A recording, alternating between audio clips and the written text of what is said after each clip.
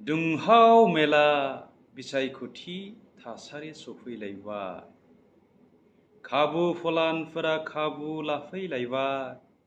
नंनायनि नङैनि नेतागिरिफोरा जेराव मेराव खाबु लालायबाय। आरासियाव नायबोला हाराव हाथाव समायना गामसा गानफ्लाना, बेसेन गोसा आर'नाइ गोदोनायाव लाफ्लाना, फायजामा धुति गुफुर दिन्थिफ्लाना, गावखौनो नेताजी सुभाष चन्द्र बस सानना। मिन्थिया नाथाय नेताया फिथाइ रानग्रा ना थै सोबग्रा। गोबां नेताया रां रानगोन, पेप्सि बथलाबो फेनानै मोसालायसिगोन। गुरब्लाव मोब्लाव मोनहाबो फेहोजासिगोन। सादा सिदा राइजोफोराबो खायलें खुइलें मोसाहोजासिगोन। गोदै गोदै नेतानि रावजों आन्दायो गोनो गोथो सादा सिदा राइजो। सोबख'लायनाय फोथार बादायलायनाय, जाख्ल'लायनायनि बुब्लि नांज्लाय खमज्लाय।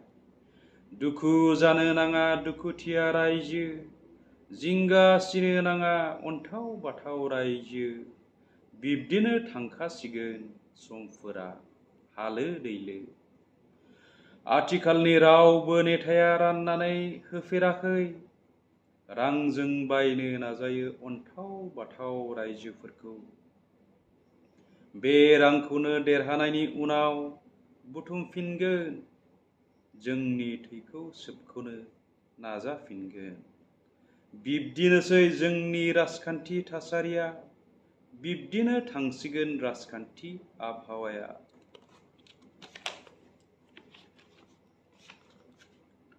सोर फैबावगोन गोग्गो राजखान्थिगिरि? सोर दैदेनबावगोन गोग्गो समाजखान्थि? सोर सुस्रांबावगोन गुबुंले राजखान्थि? नेनानै थादों थावनियाव साबसिन समाज सिबियारि।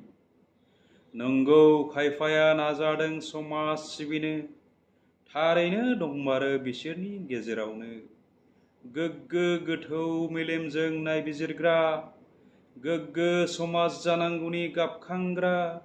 बिसोरनोसो राइजोफोरा अराय बोर सारस्रिग्रा। गोजोन्थों।